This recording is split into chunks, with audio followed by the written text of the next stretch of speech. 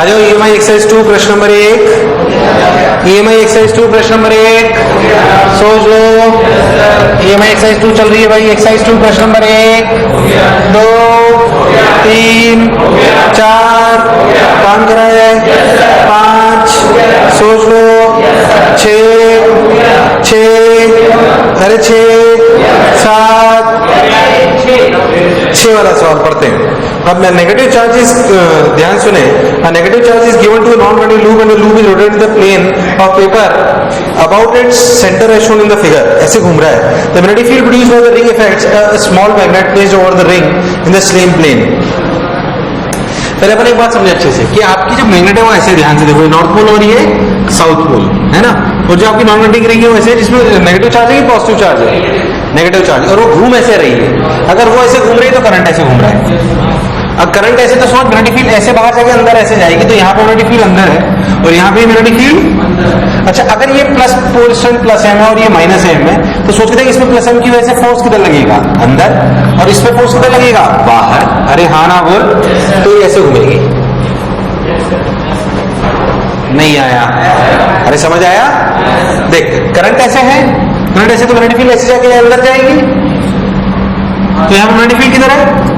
ये किसी डायरेक्शन में नहीं है मैग्नेटिक फील्ड। अच्छा, पोल स्ट्रेंथ लेते हैं तो फोर्स क्या होता है? एमबी। क्या होता है? एमबी। तो इसमें फोर्स किधर लगा? अंदर। इसमें किधर लगा? तो घुमा ऐसे ना। अरे नहीं आया? सोच लो। एकदम पक्का? गारंटीड? चलो फिर बहुत बढ़िया। कौन सा सवाल था ये? 5वां। बहुत बढ़िया। छठा कौन सा? छठा जल्दी बोलो। छठा भी डाउट है। 2 conducting rings P and Q of radius R and 2R rotate uniformly। 6 सवाल अपना। कौन सा? 6। ध्यान से देखते हैं। 2 conducting rings P and Q of radius R and 2R rotate uniformly in opposite directions with center of mass velocities 2v and v respectively on a conducting surface S। conducting surface S मतलब नीचे वाला potential equipotential है। P और Q are equipotential. P and Q are. अब देख, अगर आपको ध्यान से देखो तो ये अपना पूरा इक्विपोटेंशियल है। ये अपना ऐसे है छोटा, ये अपना बड़ा है ऐसा। अगर अपन बहुत ध्यान से देखें तो इसकी रफ्तार कितनी दी गई है? v। और इसकी रफ्तार कितनी दी गई है? 2v। अरे मैं सही कर रहा हूँ? इसकी रफ्तार 2v है और ये अपना p है और ये अपना q है और इसके ऊपर वाला पॉइंट तो potential difference between the highest points of the 2 rings. मान लो ये पॉइंट अपना कुछ भी है A और ये अपना पॉइंट B। अच्छा, मैग्नेटिक फील्ड अपनी किधर है? बाहर। अगर आप ध्यान दें तो A और B में कौन हायर है? A। कौन हायर है? तो BA minus VP। BA minus VP is VBL यानी कि 2VBL कितना? 2R। अरे हाँ ना बोल। इन द सेम वे इसमें कौन हायर है? Q। कौन हायर है? तो VQ minus VB is V into B into 4R। अच्छा, P और Q सेम पोटेंशियल है। क्यों? कंडक्टिंग सरफेस है। कैसी है? तो A और B के बीच में पोटेंशियल डिफरेंस निकालना बड़ी बात। 8 VBR टाइप आएगा। कितना आएगा? 8 VBR। कोई उब रही नहीं है। छठा सातवां काम कराई नहीं। 7वां 8वां 9 10 11 सोच लो 12 13 14 15 15 डाउट है। हाँ, अच्छा सवाल, पूछेबल सवाल, बिल्कुल सही सवाल पूछा। अब मेटेलिक रॉड ऑफ लेंथ, ध्यान से देखें 15वां सवाल। अब मेटेलिक रॉड, असलियत में मेटेलिक रॉड जब चलती है असलियत में ऐसे ध्यान से देखो तो होता क्या है? ऐसे देखो, उसने कुछ बोला हुआ। अब metallic rod length L and mass M moving under the action of 2 unequal forces F1 and F2 direct opposite to each other। तो इधर अपना क्या लग रहा है? F1 और इधर अपना क्या लग रहा है? F2। बहुत बढ़िया साहब। इसकी लेंथ L है और मास M है और ये लेंथ कितनी है? L। बहुत सुंदर। अब अस्तित्व में होता क्या है मैं वो बताऊं। जो इसके अंदर जब अपनी कंडक्टिंग रॉड ऐसे चलती है तो अस्तित्व में इसके अंदर जो इलेक्ट्रॉन है वो फ्री है। तो समझो वैसे चलता है तो वो होता क्या कि जैसे ये चलेगा तो जैसे ये चलेगा यहाँ पे क्या इकट्ठे हो जाएंगे? इलेक्ट्रॉन्स। उसका इफेक्टिव चार्ज यहाँ पे क्या जाएगा? पॉजिटिव। तो यहाँ पे इकट्ठे हो जाएंगे पॉजिटिव और यहाँ पे क्या हो जाएंगे? नेगेटिव। इस पॉजिटिव नेगेटिव से इलेक्ट्रिक फील्ड ऐसे इकट्ठी हो जाएगी। अब जो इलेक्ट्रॉन होंगे उन पे इलेक्ट्रिक फोर्स इधर लगेगा क्या लगेगा इधर? अगर इक्विलिब्रियम आ गया तो acceleration of the rod and acceleration of electron should be same. Acceleration of electron and acceleration of rod should be. What is acceleration of the rod? Acceleration of the rod is F1 minus F2 by बड़ा U. And what is acceleration of the electron? E electric field by mass of electron. यार हाँ ना बोल. अच्छा वो उसने पूछा क्या आपसे? Potential difference. क्या चीज? पोटेंशियल डिफरेंस क्या चीज है? ध्यान से देखो. E क्या है? तो बेसिकली पोटेंशियल डिफरेंस तो E के लिए क्या लिख सकते हैं? V by L. अरे क्या लिख सकते हैं? अरे E को लिख सकते हैं ना V by L. तो V by L. अरे चमका मैंने क्या करा भाई? जब इक्विलिब्रियम आ जाएगा, जब इक्विलिब्रियम आ जाएगा तो इलेक्ट्रॉन का एक्सेलरेशन, किसका एक्सेलरेशन? इलेक्ट्रॉन का एक्सेलरेशन. और रियलिटी में इलेक्ट्रॉन का एक्सेलरेशन और रॉड का एक्सेलरेशन सेम होना. तो बैलेंसिंग कर दिया अपन ने. बोलो क्लैरिटी एकदम. अरे पक्की बात. बोलो 15 समझ आया? उतार लो. बहुत बढ़िया. 16 चलो उतारो जल्दी. इतनी बड़ी पेंसिल क्यों लाया? चला जाओ. कौन सा था? 15 16 काम कराए सर ने. 16 17 18 19 20 अरे पक्का. अरे 20 अरे 21. हाँ इसमें कुछ चेंज था शायद. हाँ जो भी आ रहा है वो सही. सबका चेंज हुआ है ना. सिंपल सवाल है, कोई खास बात नहीं है. पर जो भी आ रहा है वो पढ़ लो. 22वां याद करके ऐसे क्लास में बताया था. याद है कि भूल गया? सवाल अच्छा ही है पर कंसेप्ट बताया था मैंने. याद है कि भूल गए हो? पक्की बात. कौन सा है ये? 22 23 24. अरे पक्का. अरे 24 छोड़ दो. पक्का गारंटी. कौन सा था ये? 25 सोच लो. पक्की बात. 26 याद करो. उससे बताया था मैंने अपने. Magnetic density. A long straight wire of circular cross section is made of a non-magnetic material. The wire is of made radius A. Of radius A, the wire carries a current I, which is uniformly distributed over its cross section. The energy stored per unit length in the magnetic field contained within the wire. Within the wire याद कर क्या magnetic field होती थी? Mu naught J R by 2. तो limit क्या लगाएंगे? b square by 2. तो भूल गया सारी बातें यार. बिल्कुल वैसे बताया था. कौन सा सवाल है ये? 26. याद करने में बताया था कि अगर आपका ऐसे है और आपका करंट ऐसे जा रहा है तो आपको जो x पे जाके dx का एक एलिमेंट ले लो. अरे बात नहीं. इसके अंदर जो मैग्नेटिक फील्ड लिखी जाएगी वो क्या लिखी जाएगी? b square by 2 mu naught. Energy per unit length चाहिए तो एरिया से मल्टीप्लाई कर दो. 2 पाई x dx. पर b की वैल्यू कितनी है? Mu naught j x by 2 का होल स्क्वायर का इंटीग्रेशन 0 to a r जो भी दिया हुआ है. अगर तुम्हें नहीं आया? अरे नहीं आया? नहीं आया? तो क्लैरिटी एकदम पक्का. 26 हो गया. 27 आवाज नहीं. 27 28. कौन सा? 28 कौन सा है भाई? 27 तक कोई तकलीफ? पक्का. हाँ. 2 parallel long wires whose centers are distantly apart carry equal currents in opposite directions. If the flux within the wires is neglected, the inductance of such an element of wire of length L and radius A will be. अच्छा 2 wire है ऐसे. इसका radius कितना? A. इधर भी एक और wire है, उसका भी रेडियस कितना? A. बोलो क्लियर. इनके बीच की दूरी कितनी? D. जो आपको बोला गया फ्लक्स निकाला इनके बीच में और करंट अपोजिट डायरेक्शन. मतलब ये करंट आई है तो ये करंट इधर आई है. बोलो क्लियर. अगर आप यहां से कोई भी x दूरी पे जाके एक एलिमेंट ले लो dx का तो इसके अंदर जो मैग्नेटिक फील्ड होगी इसकी वजह से क्या होगी? Mu not I by 2 pi x और इसकी वजह से mu not I by 2 pi d minus x.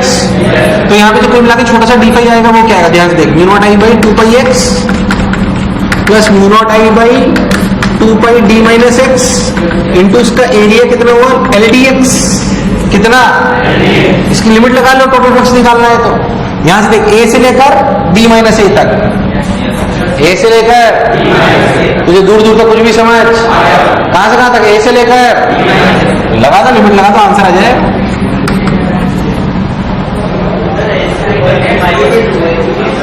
नहीं डी माइनस ए था। ये अंदर तो फ्लक्स माना ही नहीं ना, दोनों वायर के पीछे जरूर डी है, तो कहां से फ्लक्स चालू हो रहा है? ये से खत्म कहां पे हो रहा है? सही लिखा है मैंने? अरे सही लिखा है, सही लिखा है, सही लिखा है करके देखो आंसर आ रहा है क्या? गलत लिखा हो तो नहीं आ रहा होगा। चेक कर लो, चेक कर लो, चेक कर लो, चेक कर लो, चेक कर लो, चेक कर लो।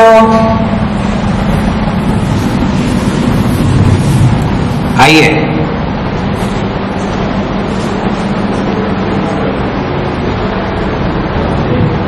भीगे भीगे पल से तेरा इंतजार। कल है ना क्लास उसमें, तो कल आना, इसी पढ़ाएंगे। अभी कहाँ पहुंचे? 28 हो गया, 29 डाउट है क्या? 29 डाउट है क्या? चलो,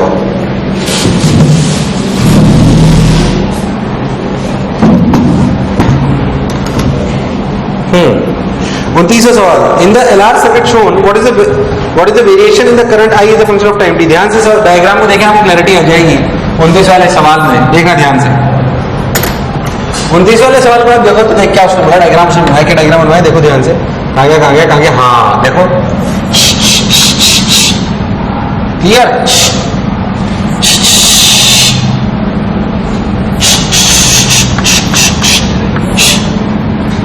बोलो क्लियर है?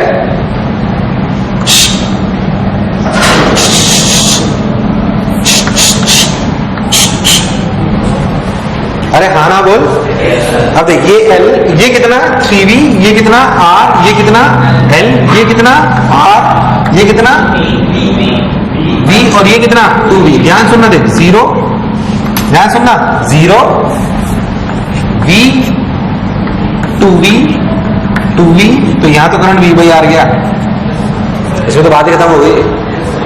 ये 0 या 3V, ये 3V या 2V, ये LR सर्किट, इनके क्रॉस ये तो VR सर्किट, LR सर्किट बन गया, potential difference V, potential difference, तो इसमें करंट क्या जाएगा? V by R 1 minus e की power minus RT by L।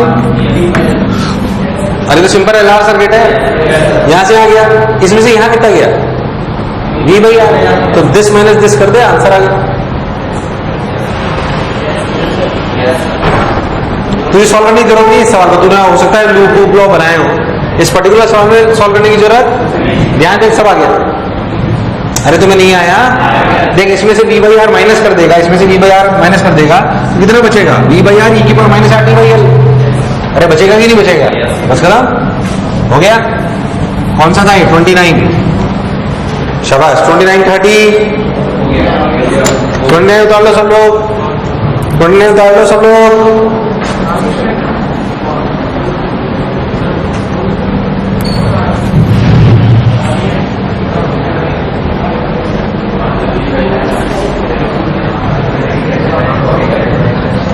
है 29 कर लिया? 29 क्लैरिटी आ गई है एकदम पक्का? 38 सोच लो, 38 कोई बुराई? 31 अरे काम करा है, 31 तो कोई तकलीफ? पक्की बात? 32 in the circuit shown in the figure R equals to root by LC। कौन सा सवाल है? 32। R is equals to root L by C। बोलो क्लियर?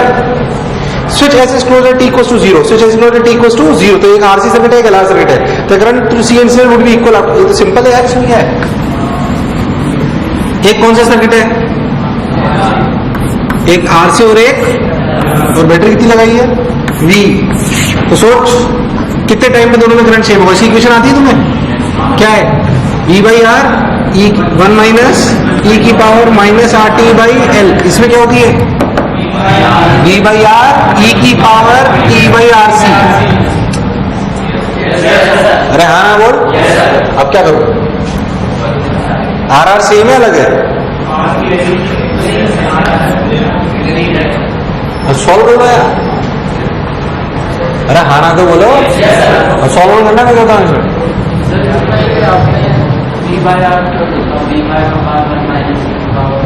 यही तो होती है, बराबर I नॉट ई पर minus T by R C. अरे चार्ज की इक्वेशन मत सोच, Q बराबर CV1 माइनस C की, वो चार्ज की इक्वेशन होती थी आरसी में। हमें क्या इक्वेट करना है? करंट की इक्वेशन तो V बाई आर ई की power minus C by R C होती थी। Q बराबर CV1 माइनस C की power minus C by R C, तो किसकी इक्वेशन थी? चार्ज की। किसकी इक्वेशन थी? हम तो चार्ज की थोड़ी, हमें तो करंट इक्वेट करना है। क्या इक्वेट करना है? एक कौन सा करंट बन गया? RC, और एक कौन सा बन गया? LR। हाँ 32 हो गया, बोलो 32 तक कोई तकलीफ? एकदम पक्का? 33, 34, 35 है?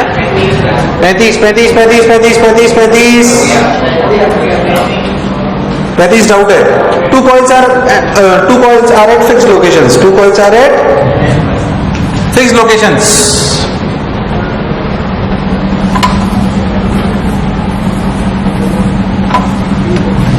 चलो कहाँ गया? हाँ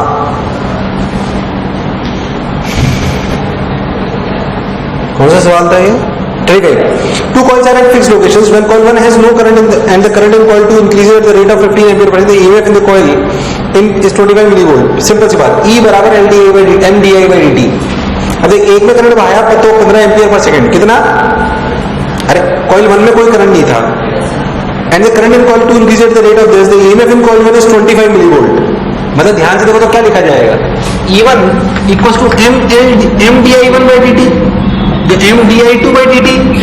ये आपको कितना E1 है देख, और ये कितना आया उसके कॉरेस्पॉन्डिंग? 25 मिलीवोल्ट। तो 25 × 10⁻³ equals to DI by dt कितना दिया है? 15। तो बस बात खत्म। तो 5 जब इसको मान लिया तो 5/3 × 10⁻³ इज द म्यूचुअल इंडक्टेंस। क्या म्यूचुअल इंडक्टेंस निकल आई? तो इसमें भाव कोई फर्क? अब देख, when coil 2 has no current and one coil has a current of 3.6 ampere, flux, क्या flux M2 can be written as M into I1, और M कितना है? 5/3 × 10⁻³ और I1 कितना दिया है?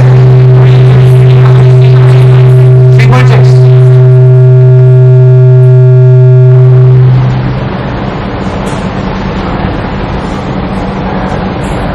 हेलो, हाँ बोलो, क्लियर है क्या? अरे पक्की बात?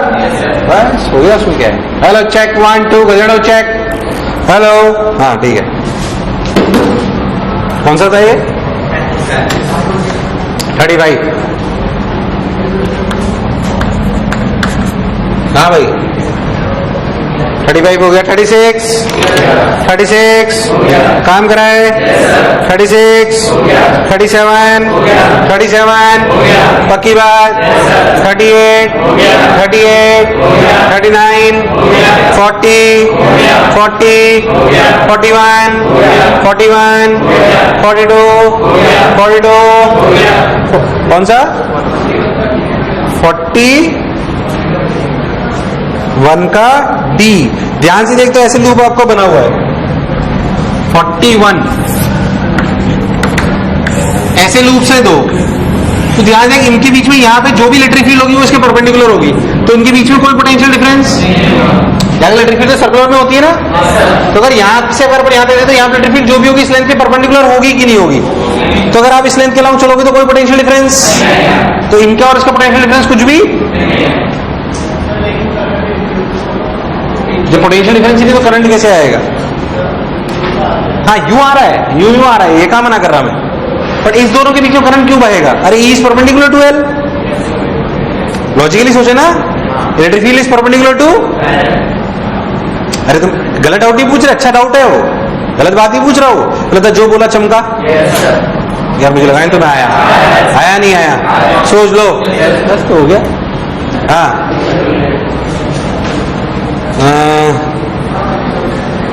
कौन सा था ये? 41 42। ऐसे सवालों में कौन जीतता है? बड़ा लूप। कौन जीतता है? बड़ा लूप। बहुत बढ़िया। 42 43 43 44 44 45 45 46 46 सोच लो 47 48 49 पक्का 50 50 अरे पक्का अरे 50 50 का कोई तकलीफ 51 51 52 52 सोच लो। 52 तो कोई तकलीफ, 53, अरे पक्का काम कराए, 54, 55, 55।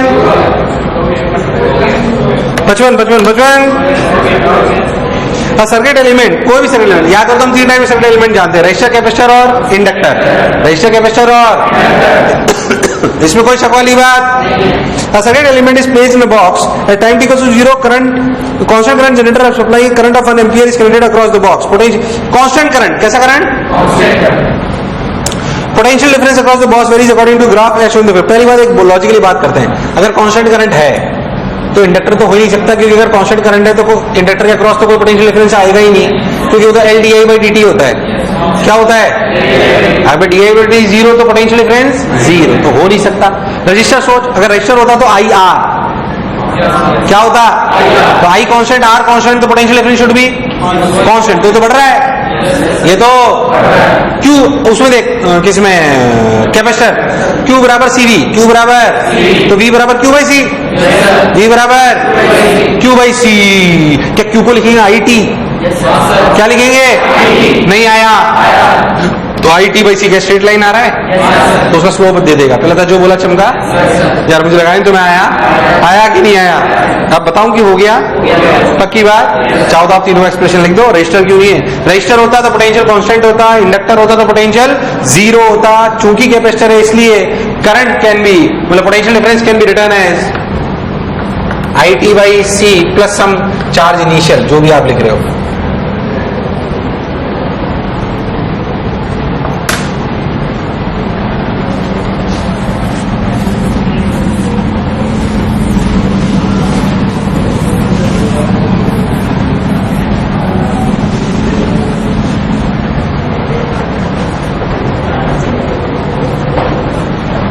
हो गया? अरे हो गया? सोच लो, एकदम पक्का, गारंटीड। बहुत बढ़िया। सब कहाँ पहुंचे? 55 हो गया, 56, आवाज नहीं, 56, 57, 58, 59,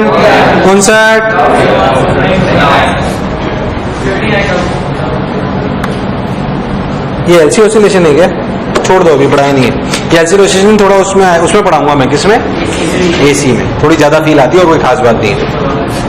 हाँ, कौन सा सवाल था? 15, 60, 61, 61, डर तो नहीं लगा? 62, 63, 64, 65। कौन सा डाउट है? 65 डाउट है। ध्यान देख, an inductance L, resistance R, battery B and switch S are connected in series.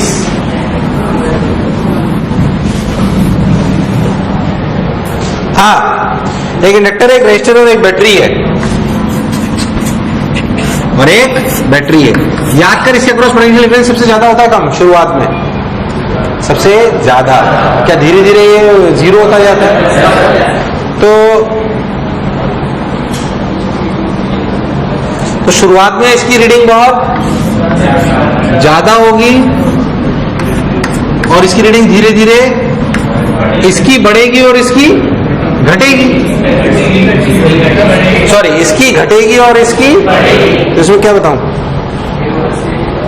बस तो ये सिंपल है। अरे इंडक्टर शुरुआत में तो पूरा पोटेंशियल डिफरेंस खुद ही पे नहीं आता है ना, L D I by D T, L D I by. Inductor behaves as a open circuit at T equals to zero. अगर ओपन सर्किट हो जाएगा तो इसके अक्रॉस क्या पोटेंशियल डिफरेंस होगा? जीरो। पर क्या पूरा का पूरा इसी के अक्रॉस होगा? नहीं आया। फिर T इंफिनिटी पे gate will act as a plain wire. और क्या कैपेसिटर ऐसा होता है कि इसका उल्टा होता है? ठीक। कौन सा है? 65, 66 काम कराए। एक्सरसाइज 3 प्रश्न नंबर 1, सोच लो। एक्सरसाइज 3 प्रश्न नंबर 1, 2, 3, सोच लो। 4, 5, 6, 7, 8, 9,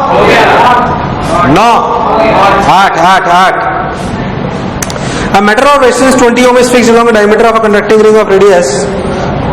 A metal rod of resistance 20 ohm is fixed along the diameter of a conducting ring of radius 0.1 meter and lies on xy plane. What is the magnetic field B equals to? The ring rotates with an velocity इतना. An external resistance of 10 ohm is connected across the center of the ring and the ring. Find the current through the external resistance. ध्यान सुन. Setup का ध्यान देखा जाए तो ऐसे है, यहाँ पे अपने ऐसे रिंग पूरी लगा दी गई. इसका डायमीटर रेडियस कितना दिया हुआ है इसका? तो क्या 0.1 मीटर कितना? मान लो ऐसे ओमेगा से घूम रहा है, ओमेगा कितना दिया? 20 रेडियस में तो ओमेगा ओमेगा लेता तुम करते रहना फिर, है ना. Radius R, magnetic field B nought, values तुम डाल लेना. ठीक. एक्सटर्नल सर्किट ऐसे रेजिस्टेंस से जुड़ी हुई है. बोलो क्लियर. अगर आप बहुत ध्यान दो ऐसे घूम रहा है, अगर ये ऐसे तो आपको लॉजिकली दिखाई देगा आपको. अच्छा, इसकी रॉड की तो कोई रेजिस्टेंस नहीं है 20 ओम. कितनी? मतलब ये 10 ओम और ये भी 10 ओम. और बाहर वाले सर्किट का कितनी रेजिस्टेंस जो भी है, इसकी रेजिस्टेंस में आर मान लेता हूं. कितनी मान लेता हूं? आर. और ध्यान, ये अगर ऐसे घूम रहा है तो सोच, इसका ये बैटरी का ये टर्मिनल हायर होगा और ये वाला लोअर. फिर ऐसे घूम रहा है तो ये वाला हायर होगा और ये वाला लोअर. ध्यान देख, तो ये सेंटर पॉइंट है, ये पॉइंट ओ मान लो, ये पॉइंट ओ, तो ये भी ओ और ये भी ओ. इक्वी पोटेंशियल है पूरा.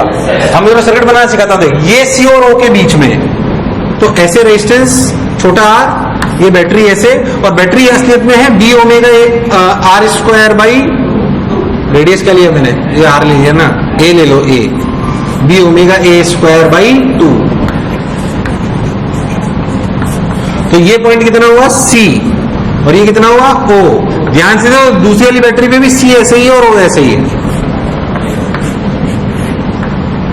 और एक्सटर्नल सर्किट आर ऐसे है.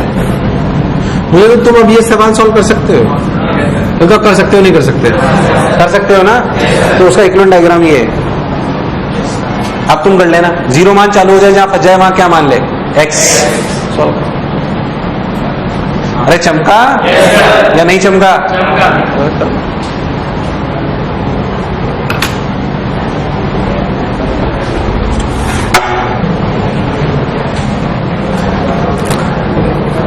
हाँ भाई, हो गया? अरे पक्का हो गया? अरे सोच लो. हाँ भाई, कहाँ पहुंचे? कौन सा था ये? 8वां. 9, 10, 11, सोच लो. 12, 13, 14 डाउट है? आंसर अलग आ रहा है, देख लेते हैं. 14. Exercise 3:14. A charge ring of mass m equals to this charge q coulomb and radius r equals to moving on a smooth is placed on a smooth horizontal surface. A magnetic field lying with a velocity इतना rate of इतना is applied on to the ring in a direction along the surface of the ring. Find the angular speed. ध्यान सुनना. ऐसे आपकी ring है जिसका मास m कितना दिया है? आंसर नहीं है ना, तो आंसर निकालता हूं मैं. m 50 ग्राम दिया है. रेडियस कितना दिया है? 2 मीटर दिया है. बहुत बढ़िया. मैग्नेटिक फील्ड की रेट कितनी दी है? कितनी दी है? 0.2 t टकला पर सेकेंड. और कुछ दिया है क्या? चार्ज कितना दिया है? 0.2 t. अच्छा, टकला पर सेकेंड. नहीं, उसने भी dv by dt दिया है. Varying with time at rate of, उसने dv by dt दिया है. और चार्ज कितना दिया है? 2 कूलम. अब ध्यान दो, इस पे इलेक्ट्रिक फील्ड हर जगह ऐसे लगेगी. इलेक्ट्रिक फील्ड की क्या होती है? r/2 dv. r कितना है? 2. तो 2/2 dv by dt 0.2 t. यानी 2 को मारेंगे, इलेक्ट्रिक फील्ड लगे 0.2. तो इसमें जो हर जगह फोर्स लगा, वो फोर्स कितना हुआ? 0.2 t इंटू 2, यानी कि 0.4 t. टॉर्क कितना हुआ? 0.4 t into again 2, 0.8 t is a torque. Is the torque can be written as I alpha, can be written as, and I can be written as d omega by dt. अच्छा, I क्या चीज है? mr square. क्या है? तो 15 into 10 to the power -3 into 2 square, बोलो सही है क्या? D omega by D T, तो 2 स्क्वायर 0.2t, मैं सब सही तो कर रहा हूं। तो 50 इंटू ये कितना हुआ? 0.05 बराबर D omega by D T equals to 0.2t। सही कर रहा हूं क्या? ये 0.05 को नीचे ले आओ तो 20/5 4t, तो D omega equals to 40 D T. Limit कितने समय पे पूछी ओमेगा? 10 सेकंड पे। तो 0 to 10 देना, गड़बड़ नहीं करें। 2 into t स्क्वायर 200 दे रखा है क्या? 200 दे रखा है क्या? आगे देख,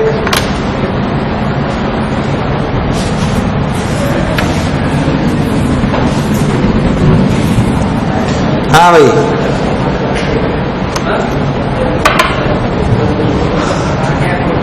नहीं आया? पक्की बात? बोलो 14 क्लियर है? चलो 15 चलो एक्सरसाइज 4 प्रश्न नंबर 1